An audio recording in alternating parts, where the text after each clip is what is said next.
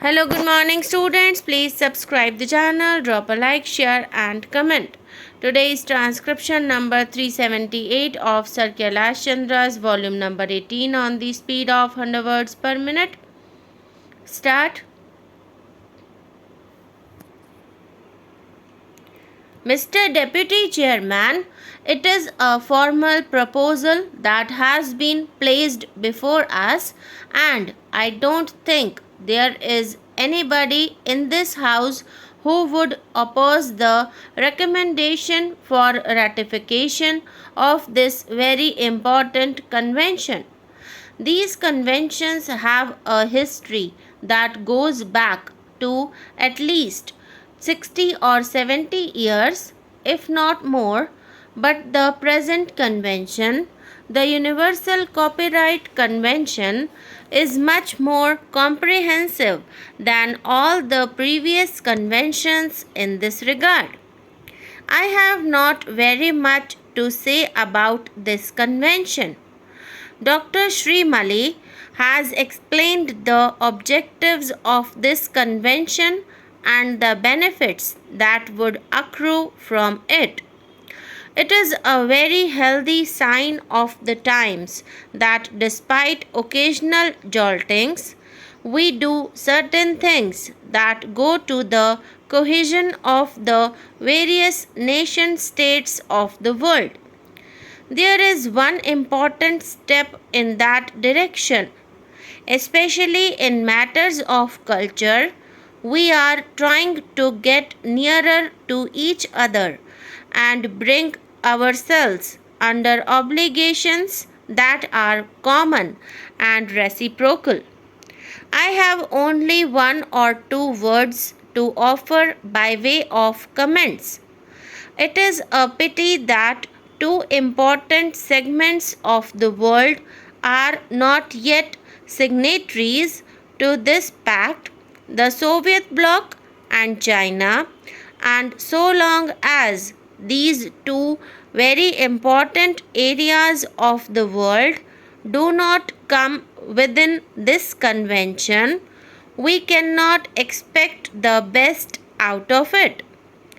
The importance of this convention is all the more so because India will very shortly be participating in one of the major projects initiated by the UNESCO, the project of East-West Cultural Exchange Relations, a proposal that was accepted at the last General Conference of the UNESCO held at New Delhi.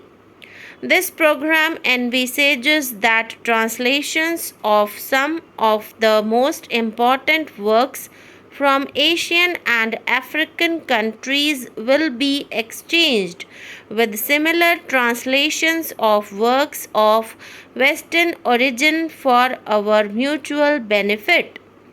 We are going to participate in that major project, and the convention will be a very useful safeguard in that respect. As years roll on, more and more Indian authors are being translated in various languages of the world, and these books are becoming more and more popular.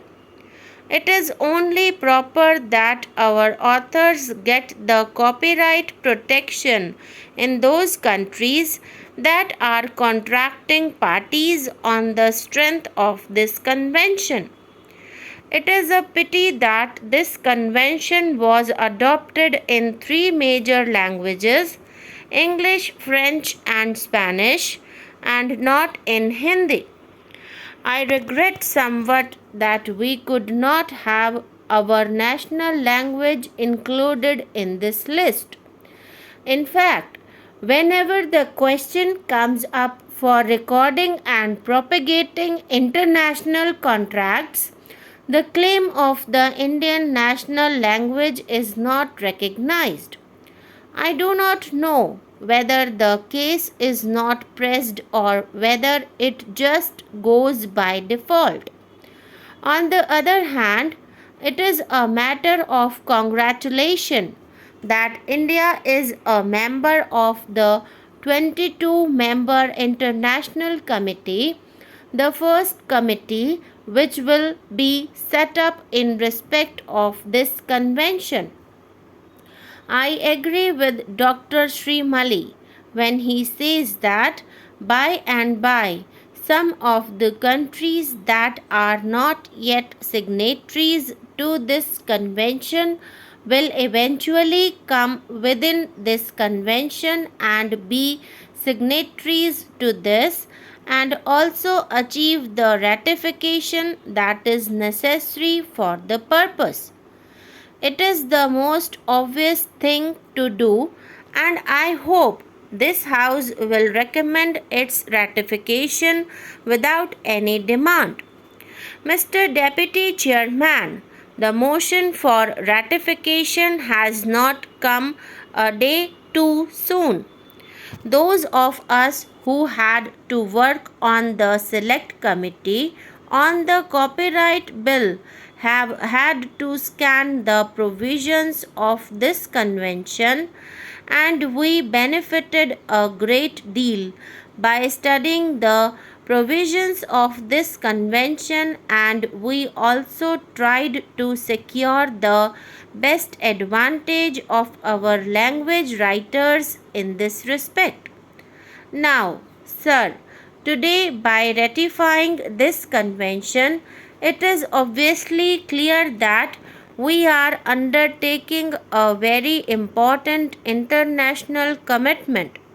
It has been said, I believe, in the other house in this respect that with its long and ancient cultural heritage, with its great past literature in the ancient languages, India will have much to give and, therefore, India stands to gain.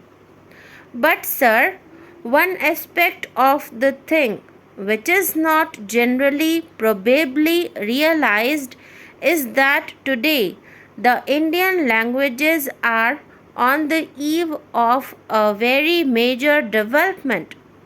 We have accepted Hindi as our national language. The regional languages as well are going to be developed in a very large way.